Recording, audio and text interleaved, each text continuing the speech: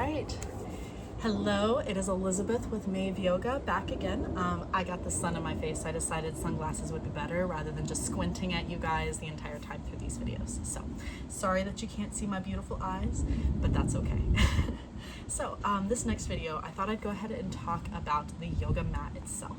So, I'm sitting on it right now. I'm not going to hold it up or anything, but I kind of wanted to talk you through my thought process when it came to getting my first mat versus mats since, and then that way, like, you kind of already know, like, hey, what should I look for? So, the biggest thing that I always think about, so my height, I'm 5'7", so I'm not super tall by any means. However, when I am practicing yoga, specifically if I'm doing some type of flow like a sun salutation, I find that I end up way further up on the mat than when I started.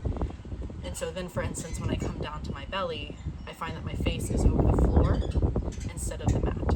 And depending on where you're practicing, like if it's outside and there's some dirt, or if it's a studio and they haven't mopped recently, like I practice in a gym, sometimes that floor isn't the cleanest, having your face there can be pretty uncomfortable. So I would definitely recommend the longer the mat, the better, because it still happens, but not quite as bad as it used to happen. Another thing you definitely want to think about is the thickness of the mat. So, for instance, your girly, I may be 28, has crappy knees. My knees hate me with a passion. And unfortunately what that means is sometimes when I'm in poses like table or doing some low lunges, my knee can get extremely uncomfortable and it makes it difficult to stay there and appreciate the stretch.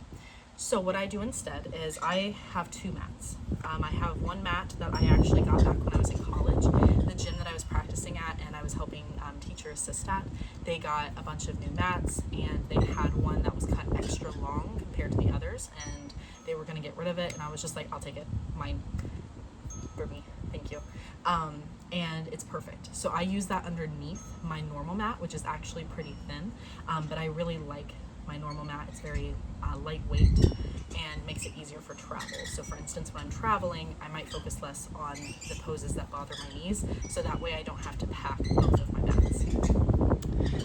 And there's nothing wrong with doubling up your mats. So if you do want to purchase two to make sure you have that extra cushiness, extra thickness, do it. Do whatever makes you feel great. But something else I like to recommend as well, especially for people who only have one mat, or even if they have a thick mat, it's still a little too thin, or if it's a thin mat and they need something more, is whenever you're in a pose where your knees are on the ground and it's starting to get achy, you either fold over the edge of the mat, so then that way essentially that side is doubled up underneath the knee. Or if you have both knees down and you need to double up underneath that, I kind of do a fold that way on the length of the mat, and so then that way it's doubled up right there. It can make it a little bit difficult if you're going back and forth between like downward facing dog and table, but at least that'll give you the cushion you need as compared to suffering through a pain that you don't need to suffer through.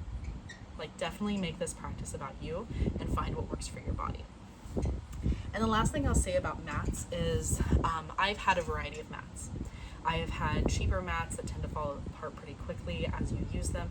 I've had more expensive mats like this thin one I got from Manduka, and I've had it for 3 years, I think now.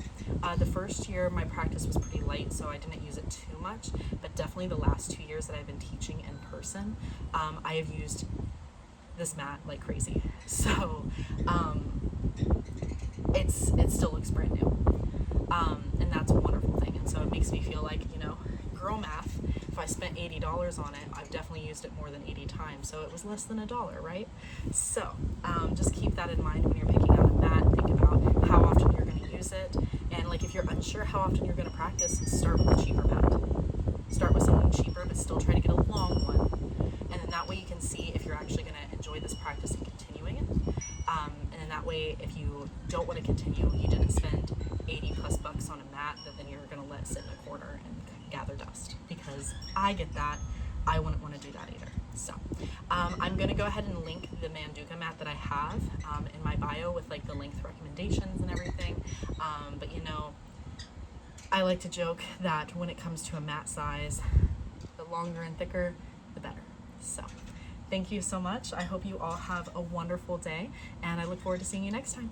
Bye.